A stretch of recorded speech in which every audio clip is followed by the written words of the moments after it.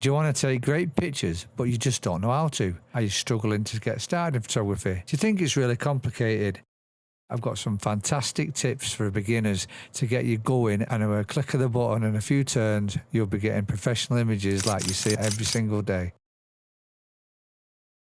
It's not as hard as you think. And I know all the buttons on the back of the camera look daunting or even confusing, but really they're not. Yes, you can do it too. Need to get you out of auto mode and get you using the other switches, like the aperture priority, the shutter speed, and even a little understanding about ISO, which is the sensitivity of your sensor. The lower, by the way, the lower the ISO number, usually the better quality the image, the less grain in the image. It's like a triangle: shutter speed, aperture and ISO. Change one and the others will change as well. So it's about balancing all three to get the image you want. The ISO is better lower. You alter the aperture, it may adjust the shutter speed, or it may just pump up the ISO. If you set your camera in aperture mode on your Canon, on the dial at the top, it will look after everything else for you. You can limit your ISO, say to 1600 or something like that, and it will just automatically, the other two settings in the triangle I talked about will automatically adjust themselves. So it's a good setting for a beginner. When you're using your camera, i.e. this, support the camera, hold the lens, take the shot, hold it with both hands close to the body, and take a breath and breathe out slowly, and then just pause like. And in that pause, that's when you can take your shots. Just keep taking loads of shots of the same thing, because one of them will come out sharp. People just don't take one shot. I can almost guarantee you that one of them will be better than all the rest, and plus you're getting the good positions of the animals or birds. That's what us wildlife photographers do. And we have like a silent mode on our cameras as well. It doesn't let you take as many shots, but it does it. Say this camera will take 10 shots a second. It might only take 5 in silent mode, but it doesn't disturb the animal as much. Right, hang on. Another way to get sharper images is for the animals to be actually close to you. So if you sit still like I'm doing, the animals and birds will get used to you after about 10 minutes and will start to venture even closer in. Is to use a tripod on still, birds on a stick, but I'd advise you switching off the lens stabilisation while on a tripod. This is what I just made out of that tripod there. You can get tripods that you can make into monopods quite easy. This was quite cheap as well, and a good stick.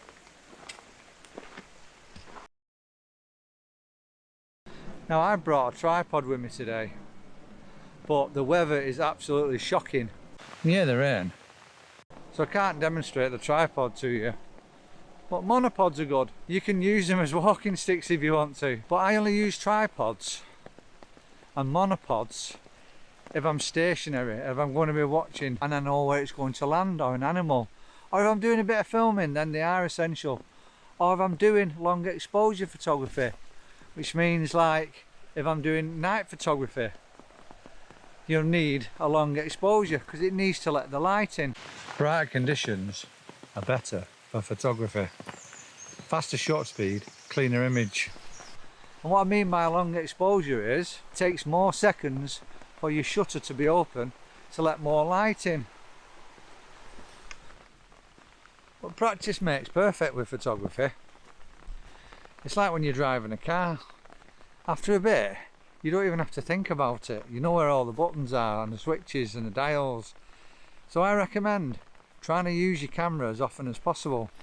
Become like one of these game consoles you can use. You won't even have to look or think about what you're doing. You learn it. I learnt this, the Rubik's Cube up here, up there. And it took me a long time, but I got there when I mastered all the algorithms. And it's like anything, just keep practicing and you'll get better at it. If you learn something, every day, if you learn one thing about photography every day, then after a year you'll be amazed at what you can do. I'm glad to walk back now.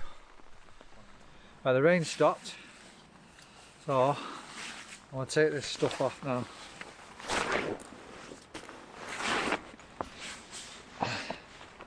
So the rain's cleared up now, so I'm going to go and see these kingfishers. When you're filming wildlife or when you're taking photographs of wildlife, always try and focus on the eye, because it's the eyes that we'll look at really, isn't it? And when you're cropping the image or you're framing it in your camera, try and have them looking into the picture and give them room to fly into or move into. Don't crop too close. If you crop too close, it's just too big and it doesn't look right. And a lot of photographers use something called the rule of thirds. Now there's plenty of rules and there's plenty of different compositions you can use, but as a beginner I suggest trying the rule of thirds, and I'll put it up now and show you. But try and keep your horizons level and your uprights vertical, and you can put interesting things. Sorry, I'll just keep bird watching. You can put interesting things on the lines of the rule of the thirds or on the intersections, and it makes for a very pleasing image. Keep distractions out of your picture, like rubbish or cars or bright colours or anything, because your focal point is the animal that you're taking a picture of, isn't it? And when you're shooting your wildlife, don't stop them feeding. Make them relax around you. If they're not feeding or they've stopped feeding and they're not relaxed and they're just looking at you, then you're probably too close. So always respect nature, and then you'll get some fantastic images. It's just a question of waiting and letting them come to you, like I've said earlier. I've got a group called Northwest Wildlife Watchers on Facebook, and I'll put some images on there. If you join us, you can show me some of your images as well. Off I go to the kingfisher.